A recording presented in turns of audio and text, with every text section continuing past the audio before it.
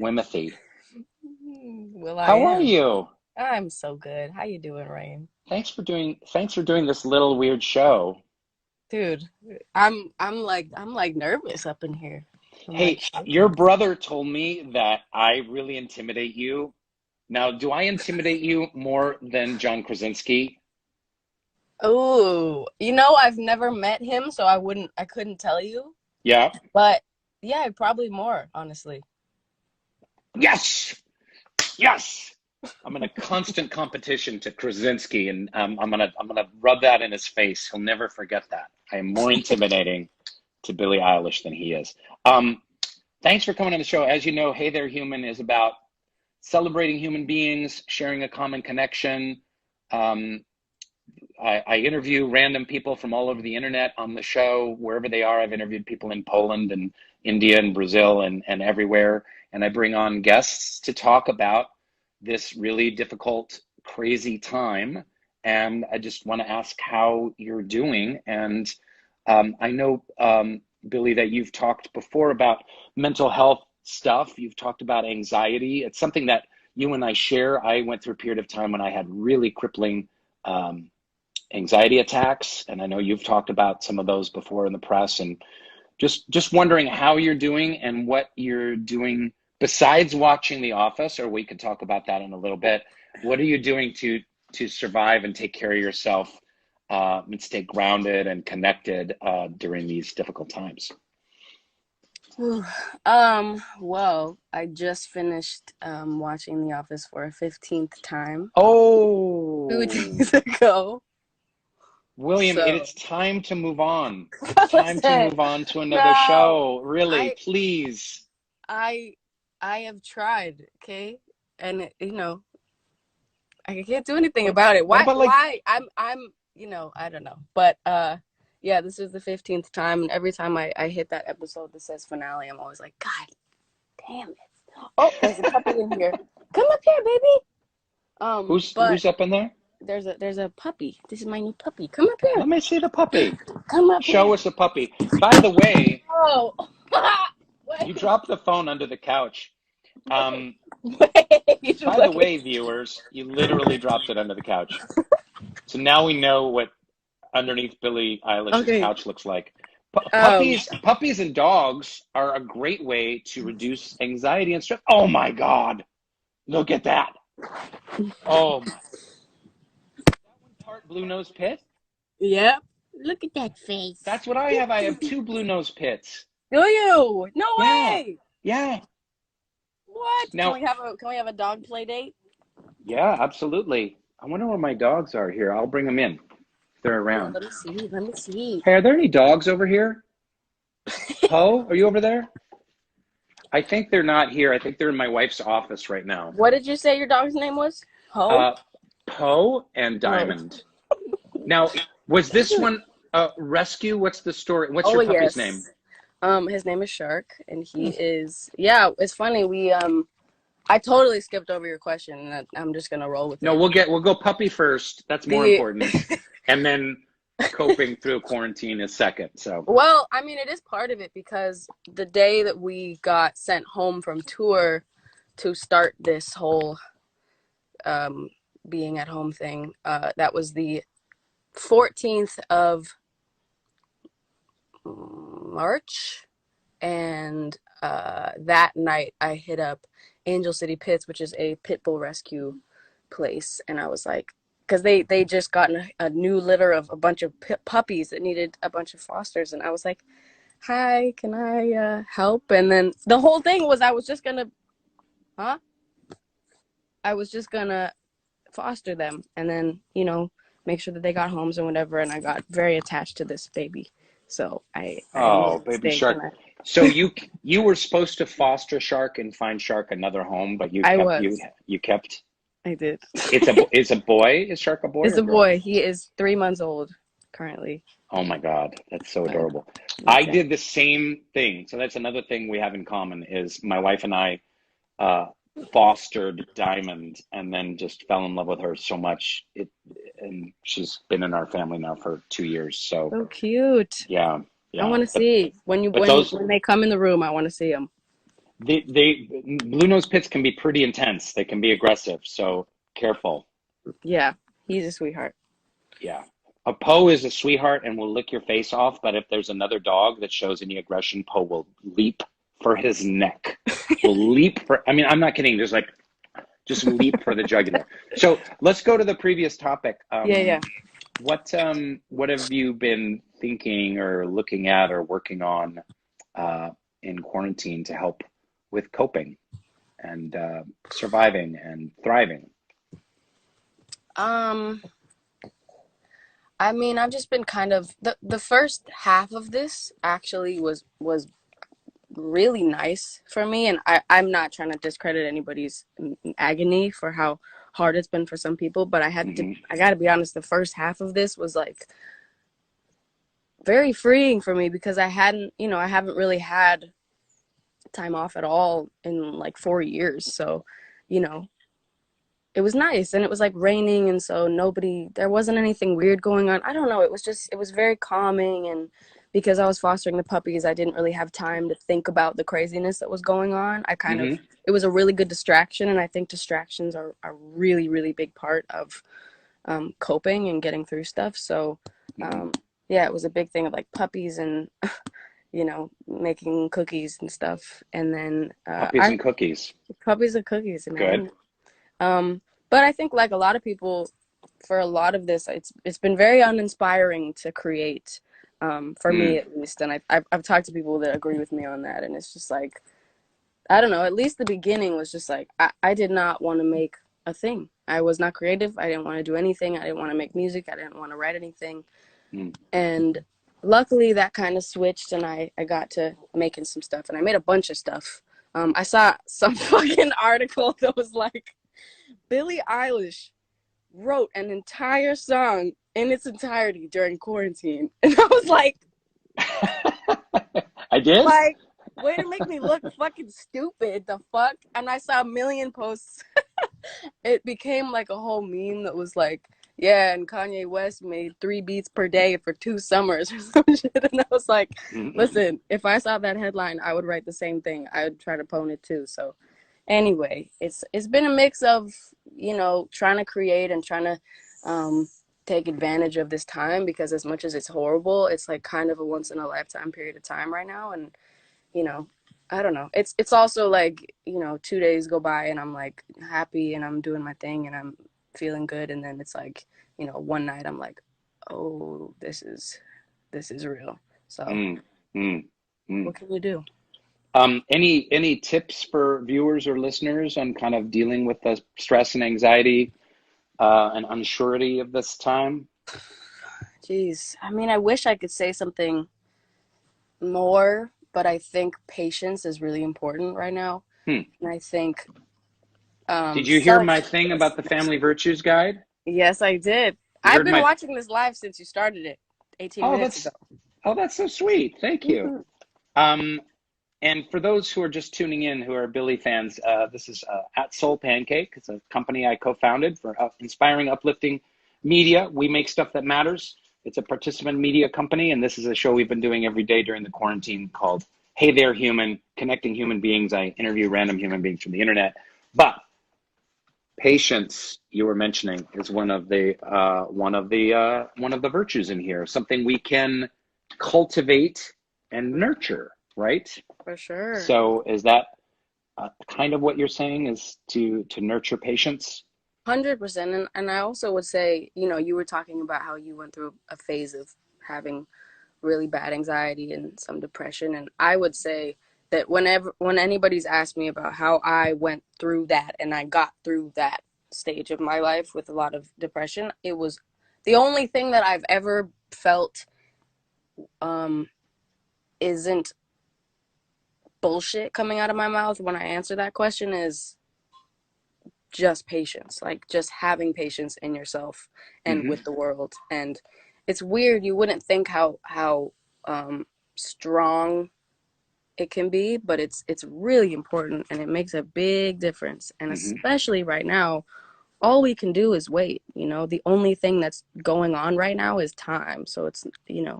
Right. You know, it's Yeah, also not that hard to stay home. Like, it's not that hard. yeah, for anyone. Yeah, I drove by.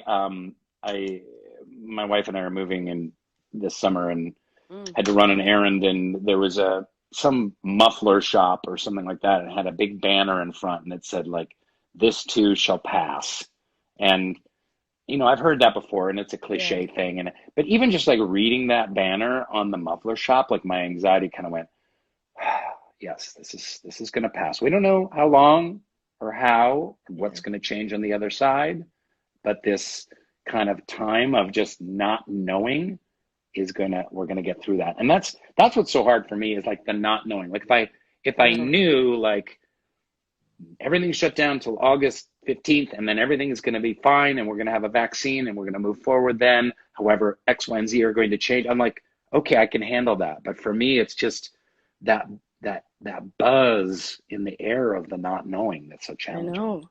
It's rough. I mean, I feel like human beings live off of knowing what's coming next. You know, I feel like a lot of people don't do things because they don't know the outcome. And Hmm. I mean, that's like the most common thing I feel like in people is just, I don't want to do it because I'm not sure how it's going to end, you know? Hmm. And I fully agree with you. And also, that sentence is too good. I love that it got you in that moment because it Yeah, I gets was me just too. driving down the 101, and then it kind of hit me, and literally my shoulders went down like two So true. inches, and just but let's get to some more important stuff here, because I got some Dwight trivia for you. Oh, It's gonna yo, kick your hit me. ass. Hit It's gonna kick me. your ass, Eilish. Mm-hmm. Ready? Mm-hmm. Here we go. Let's see what you got.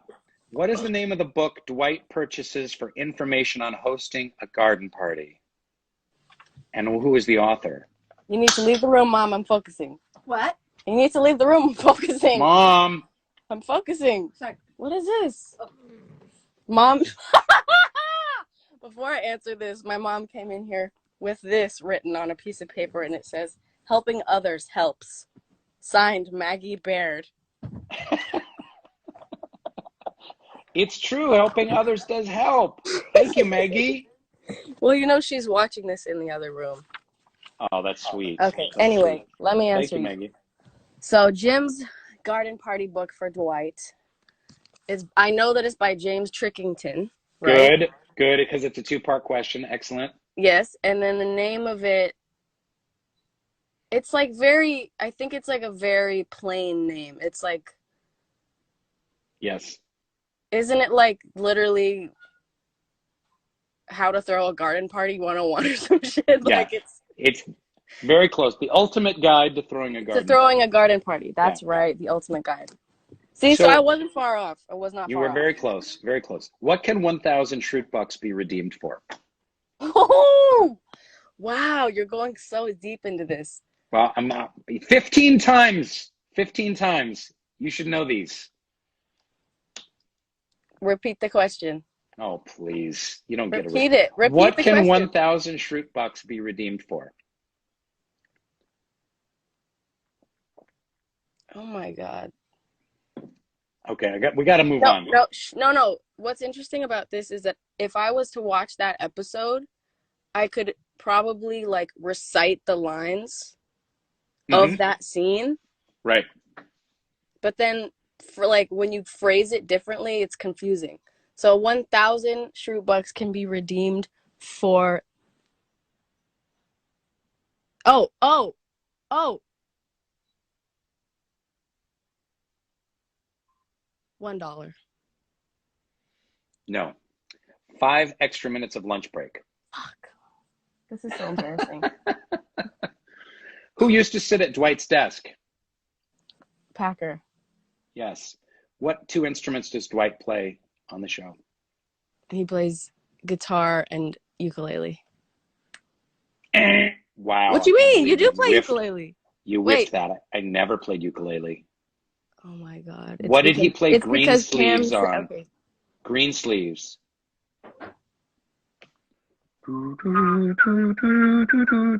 Oh. Was it a recorder or a flute? Recorder. Recorder. Recorder. Well, I think the ukulele was in my brain because Pam says I thought his ukulele skills would transfer. That you thought your ukulele skills would transfer when you're playing guitar. I don't even remember You that. don't I even don't know think what that's a scene I'm line. talking about. I think you made that up. I did. What are three of the weapons that Dwight is hiding around the office? So there's a star-shaped thing Okay. under Yep. something. Yep. And That's a shuriken throwing star. Mm-hmm. yeah, right. And then I know that there's like a bow and arrow under the couch Okay. that Jim pulls out and puts in that box. Right. And there's something hidden in the toilet. Right. What's it called? The He top pulls of the out toilet. the back of the toilet, right? Yeah. Where the water is. And you have pepper spray in your drawer. Yes. Pepper spray and blow dart, Yes. taser, Right. boomerang, nightstick, brass knuckles, samurai sword. What is the security phrase that Dwight requires the office to use when he becomes manager? The tea in Nepal is very hot, but the coffee in Peru is much hotter. Very good. Very good. Keep going. Keep going. And finally, what kind of car does Dwight drive? Wow. Wow. It's a little red. Andy drives an X-Earth. Xterra, yeah. Yeah. And you Yep. drive, oh God, you talk about it in the elevator. Damn! Now I'm on the spot. I'm so embarrassed. Fuck. So it was a 1987 Pontiac Trans Am. Right. I think you need to watch the show a 16th time, and I think you need to get ready for some more. No, but you want to know something though? Since the What's interview up? I did with you about the quiz, Yeah. every time I watch it, I like note things now. Are you taking mental notes or actually Well, like yeah, jotting because I'm things like, down? I never know when he's gonna quiz me again, and I can't embarrass myself like I did when I couldn't answer that Nellie's ex-boyfriend was a magician. Like I knew that. God.